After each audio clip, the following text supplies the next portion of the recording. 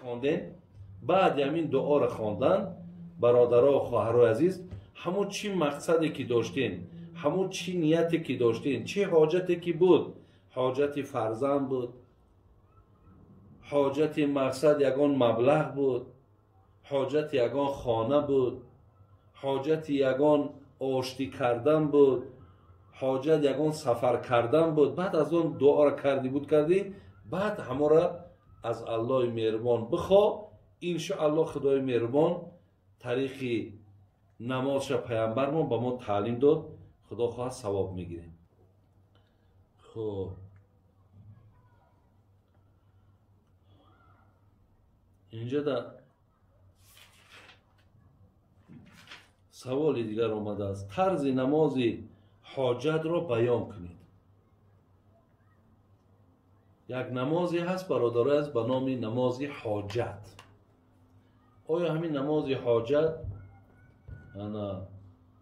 چگونه خوانده می شود؟ بازی در دست من سنن ابن ماجه است. در همین سنن ابن ماجه خب می بینیم میگه باب ما جاء فی صلات الحاجه. یک باب دارد همین سنن ابن ماجه به نام صلات حاجت، نماز حاجت. اینجا دخیل که دیگر همه این راوی را من از سوید ابن سعید آمدگی تا دیگر از پیامبر میگد من کانت له حاجت الی الله او الی احد من خلقی. اگر میگه شما حاجت داشته باشین به سوی الله یا حاجت داشته باشین به سوی یکی از بنده های خدا، یا حاجتی میبراید یا ضرورتی میبراید، چو کندر کن فلیتوضا ولیصلی رکعتین، طهارت کن، میگه 2 رکعت نمازی حاجت بخوان. ثم لیقول، بعد از اون وقتی که بود کردی نماز که بود کردی 2 رکعت، 2 رکعت نماز نافله، رنگ این 2 رکعت سنت بامداد بگیم، فقط همون نیت کردم میگذارم 2 رکعت نماز حاجت، روی آوردم به قبله، مثلا قبله به جهت کعبه، الله اکبر. بعد از اون 2 رکعت میخوانی، رنگ همین نمازهای گفتم که سنت میخوانیش. بعد از اون که بود کردی، بعد میگه همین دعا را بخوان، لا اله الا الله الحلیم الکریم، سبحان الله رب العرش العظیم، الحمد لله رب العالمین، اللهم انی اسألك موجبات رحمتك وعزائم مغفرتك والغنیمة من كل بر والسلامة من كل إثم، أسألك ألا تدع لي ذنبا إلا غفرته ولا هما إلا فرجته ولا حاجة هي لك رضا إلا قضيتها لي، ثم يسأل الله من أمر الدنيا والآخرة ما شاء فإنه يقدر.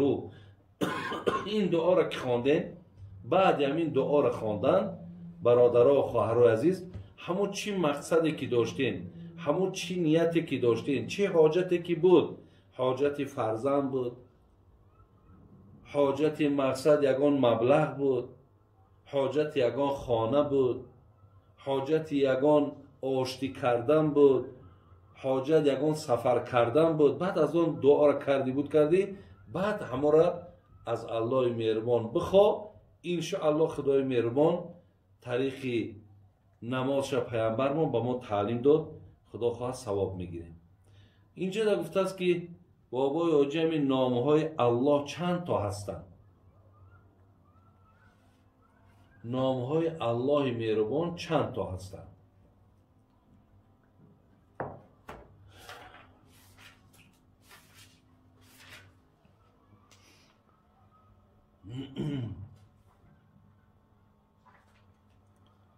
در اینجا حدیثی هست جناب بخاری و مسلم میارد، میگه این لله 99 اسما، از برای الله مهربان 100 الا واحده، از برای الله مهربان 99 نام است.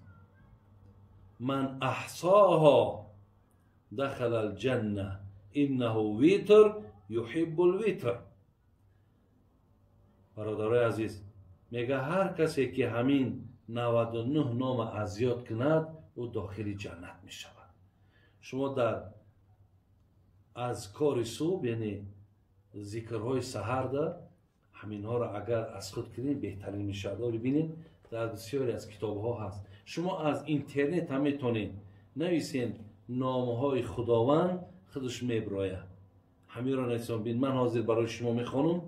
هو الله الذي لا اله الا هو الرحمن الرحیم الملك القدوس السلام المؤمن المهيمن العزيز الجبار المتكبر الخالق البارئ المصور الغفار القهار الوهاب الرزاق الفتاح العليم القابض الباسط الخافض الرافع المعيذ المذل السميع البصير الحكم العادل اللطيف الخبير الحليم العظيم الغفور الشكور العلي الكبير الحفيظ المقيت الحسيب.